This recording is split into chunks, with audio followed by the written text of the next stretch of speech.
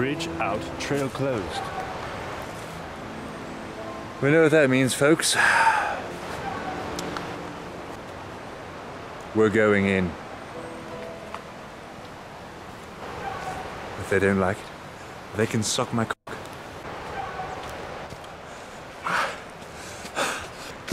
My cock is frozen. My nipples could cut glass.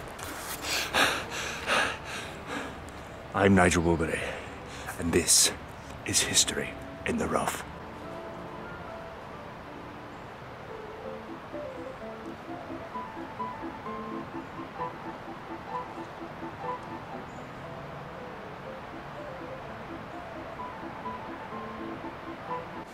Now for a brief history of the canal leading to the quarry.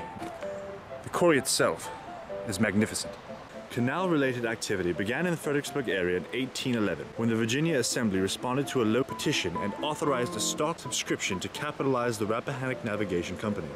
Under the new federal government, Fredericksburg was no longer designated a port of entry for overseas trade. The river became a focus for maintaining at least a regional trade network. A canal could provide the means to bring timber and bulk farm goods from the upper reaches of the watershed to Fredericksburg wharves. Sufficient shares were not sold in the allotted time, though, and General Assembly had to reauthorize stock subscriptions in 1860 in response to another petition. At that time, the legislature also created the Fund for Internal Improvements and the Board of Public Works to assist in building roads and canals in the Commonwealth. Doesn't that blow your fucking mind? Doesn't that make you want to fucking grab your cock and slap someone in the mouth with it?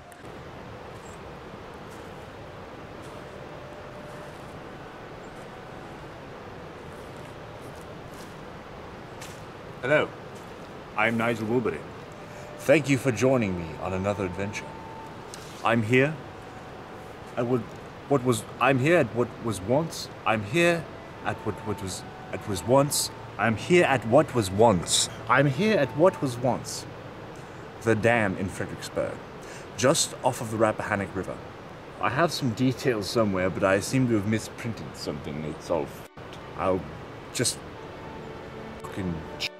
Behind me are the remnants of the dam that stood here over 10 years ago. I need more detail. I'm surrounded by ruins.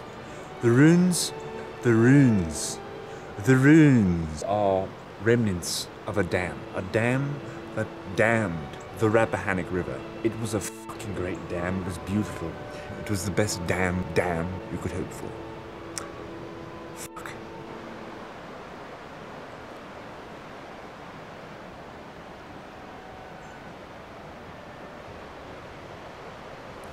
Right now, I'm standing in a big pile of muddy shit.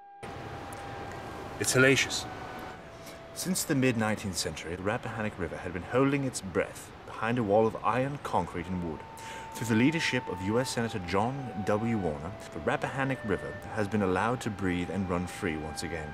On behalf of the city of Fredericksburg, Friends of the Rappahannock, American Canoe Associations, and the community of paddlers, the rapids formed where the Embry Dam once stood are now and forever to be known as John W. Warner Rapids. I think they should call them something better. I'm Nigel Wilbury. Here's the dam I was speaking of. Let's go over there and touch it. Let's put our hands on it. These bricks were laid. They were laid by Freemasons eons ago. These same Freemasons conducted sex magic and black magic rituals in the same basement at Idlewild Mansion. In 1785, both enterprises moved forward. By 1799, the Potomac Company had constructed a canal on the Virginia side of the Potomac River. This canal ceased functioning in 1830, however, because the system relied on use of the riverbed and was only usable during a portion of the year as a result. The more elaborate Chesapeake and Ohio Canal, constructed on the Maryland side of the Potomac, eventually supplanted this early effort and extended 182 miles from Georgetown to Cumberland. On the James, 2 canal sections had been completed around the falls of that river by 1805. Other sections of the canal system also relied on the riverbed, with wing dams diverting water to provide passable canals for Batau, Botox.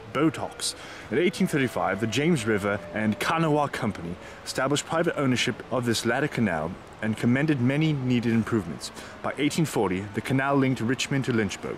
By 1851, the James River navigation system extended 197 miles to Buchanan, 37 miles of which relied on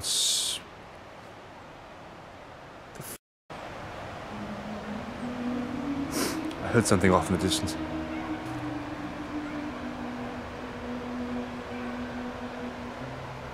Something weeps in pain. Do you hear that?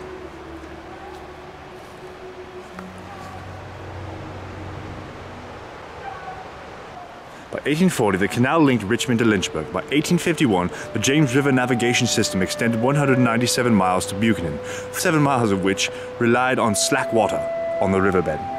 I don't know what slack water is, but it sounds like dirty bathwater.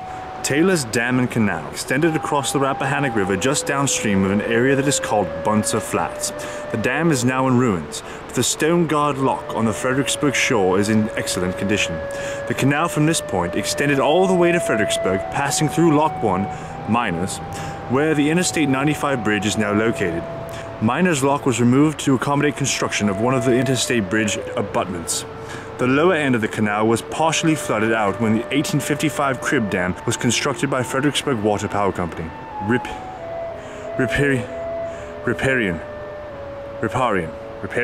Riparian Holdings.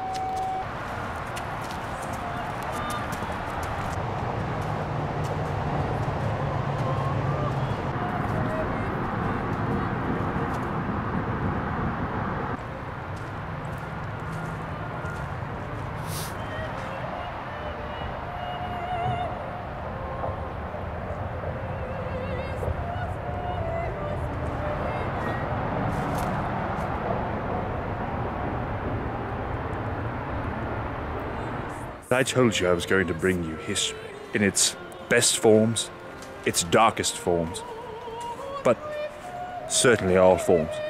I do appreciate your attendance today. I want to let you know that I'm hungover and I feel like complete.